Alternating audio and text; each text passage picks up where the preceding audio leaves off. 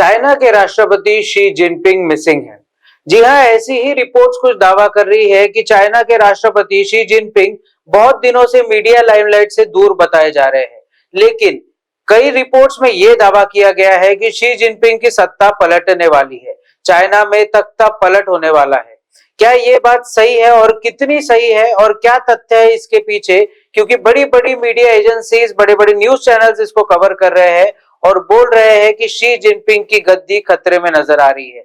Xi Jinping को ना ही G20 summit में देखा गया था और ना ही ब्रिक्स सम्मेलन में देखा गया था। तो क्या वाकई में इन बातों में कोई मजबूती नजर आ रही है कि शी जिनपिंग की सत्ता जाने वाली है? इसी की पड़ताल आज हम लोग करने वाले हैं। नमस्कार, मैं हूं शांतनु अग्रवाल, आप देख रहे हैं महाराष्ट्र टीवी 24।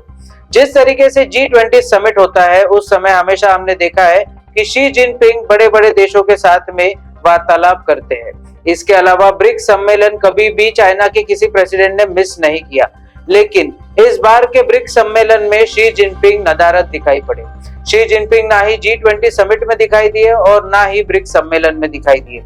इसके बाद में मीडिया में एक खबर बड़ी जोर शोर से उछाली गई कि क्या शी जिनपिंग का तख्ता पलट होने वाला है? क्या चाइना में शी जिनपिंग की कुर्सी जाने वाली है?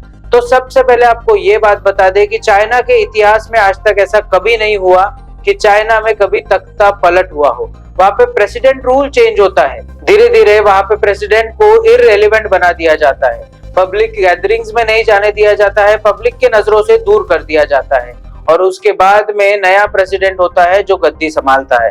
तो क्या यही कुछ हो रहा है शी जिनपिंग के साथ? या फिर कई रिपोर्ट्स जो दावा कर रही है कि शी जिनपिंग की हालत खराब है, उनको मल्टीपल हार्ट अटैक्स आ चुके हैं, इस वजह से वो कामकाज नहीं कर पा रहे हैं और इस वजह से भी कई लोग उनसे नाराज बताए जा रहे हैं। दरअसल अगर ये बात आपको बताए कि कम्युनिस्ट पार्टी जिस तरीके से चाइना में रूल करती है, वहां पे वोट का कोई सिस्टम नहीं होता, वहां पे लोकतंत्र नहीं है, वहां पे कम्युनिस्ट पार्टी का राज चलता है। वहां पे सिर्फ कम्युनिस्ट पार्टी ही डिसीजन लेती है किसको प्रेसिडेंट बनाया जाए और किसको प्रेसिडेंट की पोस्ट से हटाया जाए। तो क्या शी जिनपिंग की पार्टी के भीतर में ही उनके खिलाफ में बगावत का बिगुल फूंक दिया गया है? क्योंकि उनके जितने भी सिपह सलाहकार थे, या तो वो मार दिए गए या मर गए या फिर उनको काम से निकाल दिया गया। तो इस बात को और ज्यादा तूल मिला जब शी जिनपिंग G20 और ब्रिक्स जैसे बड़े सम्मेलन में दिखाई नहीं दिए। लेकिन जिस तरीके से नेशनल मीडिया को राई का पहाड़ बनाने की आदत है, हमारे देश की नेशनल मीडिया ने ऐसा ही कुछ किया है।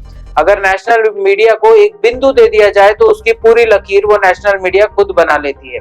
लेकिन महाराष्ट्र टीवी 24 जिस तरीके से एक जिम्मेदार न्यूज चैनल है, वो आप तक सच्चाई लाने की पूरी कोशिश करता है और नहीं सोचता कि आपको कोई प्रोपेगेंडा में फंसाया जाए।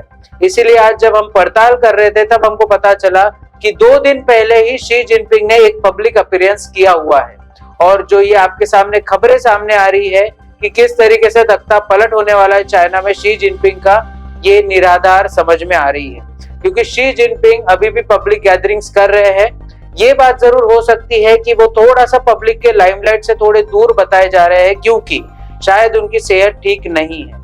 क्योंकि कुछ रिपोर्ट्स के अनुसार अगर बात माने तो उनको मल्टीपल हार्ट अटैक्स आए हैं। लेकिन अगर इतनी सेंसिटिव रिपोर्ट पब्लिक हो रही है, जबकि चाइना से छोटी से छोटी रिपोर्ट भी वहां पे दबा दी जाती है, तो उनके प्रेसिडेंट की रिपोर्ट इतने जल्दी वायरल कैसे हो सकती है और कैसे दुनिया के सामने उस प्रेसिडेंट की मेडिकल हिस्ट्री सामने लाई जा सकती है जो प्रेसिडेंट चाइना में सबसे ज्यादा पावर रखता है।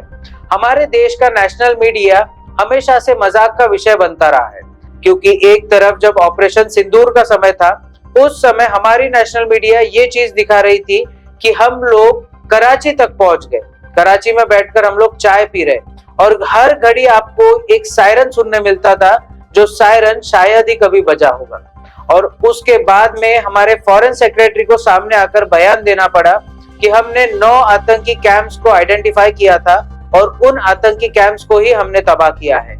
हमारा मकसद कोई भी सिविलियन को मारना नहीं था, ना ही मिलिट्री पे अटैक करना था।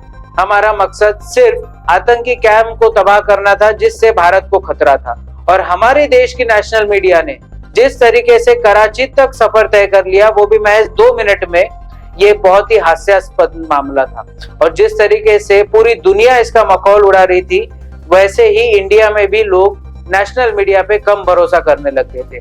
नेशनल मीडिया सिर्फ टीआरपी की रेस के लिए क्या ऐसी चीजें दिखाने लग गई है कि उनको सिर्फ टीआरपी दिख रही है और वो अपने देश के हित के आगे हर चीज को दांव पे लगाने के लिए आमादा होती नजर आ रही है। सबसे बड़ी बात अगर आपको बता दें कि ताज होटल पे जब हमला हुआ था तो यही नेशनल मीडिया थी जो लाइव कवरेज कर रही थी, लेकिन उस लाइव कवरेज का खामियाजा हमारे सुरक्षा बलों को चुकाना पड़ा है।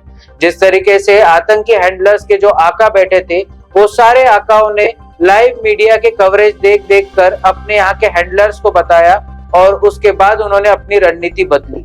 जिस तरीके से तमाम लोगों की जिंदगी नेशनल मीडिया के चलते धोखे में आ गई, तो क्या नेशनल मीडिया ने उसके ऊपर कभी माफी मांगी? हम लोग भी एक मीडिया चैनल से है, हम लोग भी एक जिम्मेदार मीडिया चैनल से है, लेकिन हम लोग ये सोचते हैं कि सबसे पहले देश का हित सामने आना चाहिए, उसके बाद में नेशनल सिक्योरिटी का हित भी सामने आना चाहिए। लेकिन जब हम जैसे एक मीडिया चैनल को ये चीज समझ में आ सकती है, तो बड़े बड़े जो नेशनल मीडिया चैनल्स है उनके आंखों के सामने अगर ये चीज हो रही है तो क्यों वो नेशनल मीडिया इसके ऊपर में मुंह बंद करके बैठी हुई है? क्या टीआरपी की रेस देश से बड़ी हो गई है? और आज सवाल हम नेशनल मीडिया से नहीं, इंटरनेशनल मीडिया से भी उठाना चाहते हैं। सबसे पहले अगर शी जिनपिंग की बात हम लोग आपको वापस उस टॉपिक पे अगर लेकर जाए, तो शी जिनपिंग अगर नदारद दिखाई पड़ रहे हैं तो सबसे पहली खबर लगती थी चाइना को, और चाइना का स्टॉक मार्केट क्रैश हो जाता था। इस बात पर ना ही इंटरनेशनल मीडिया और ना ही नेशनल मीडिया किसी ने भी तवज्जो नहीं दिया, और जब हमने इसकी पड़ताल की तब हमको पता चला कि चाइना का स्टॉक मार्केट क्रैश हुआ नहीं है बल्कि स्टेबल चल रहा है। सबसे पहली खबर अगर स्टॉक मार्केट में ये चलती कि शी जिनपिंग की सत्ता पलटने वाली है, तो वहां का स्टॉक मार्केट क्रैश हो जाता था। वहां का स्टॉक मार्केट आज भी स्टेबल है और क्रैश नहीं हुआ है। ये बात जरूर है कि चाइना ने ताइवान को धमकी दी है और यहाँ तक के भारत को भी धमकी दी है, लेकिन भारत को धमकी किस मुद्दे पर दी है? जब चाइना में इंटरनल सिक्योरिटी कमजोर होती है तो चाइना इसी तरीके से प्रोपेगेंडा करके अपने आसपास के देशों को धमकियां देता है। जिस तरीके से चाइना ताइवान को धमकी दे रहा है, कई जगह पे तो भारत को भी धमकी दे रहा है। तो इसका मतलब ये नहीं है कि शी जिनपिंग की सत्ता खतरे में है। अभी हमारे रिपोर्ट्स के अनुसार शी जिनपिंग की सत्ता कहीं नहीं जाने वाली। शी जिनपिंग चाइना के प्रेसिडेंट फिलहाल तक बने रह सकते हैं, लेकिन ये बात जरूर तय है कि अंतर कलह की वजह से शी जिनपिंग थोड़े से नर्वस हुए नजर आ रहे हैं। जिस तरीके से शी जिनपिंग को बताया जा रहा है कि कम्युनिस्ट पार्टी का भी साथ नहीं मिल पा रहा है उनके खराब कोविड मैनेजमेंट की वजह से, और साथ ही साथ में उनके खराब आर्थिक नियोजन की वजह से। इन सारी चीजों की वजह से चाइना के लोग शी जिनपिंग से खासे नाराज नजर आ रहे हैं। लेकिन जिस तरीके से नेशनल मीडिया आपको बता रहा है कि चाइना में तख्ता पलट होने जा रहा है, आज एक जिम्मेदार मीडिया चैनल होने के नाते हम आपको इस बात की गारंटी दे सकते हैं कि चाइना में फिलहाल कोई तख्ता पलट होने नहीं जा रहा है। 2 दिन पहले शी जिनपिंग ने एक पब्लिक अपीयरेंस की है और उससे ये साफ जाहिर होता है कि शी जिनपिंग कहीं नहीं जा रहे।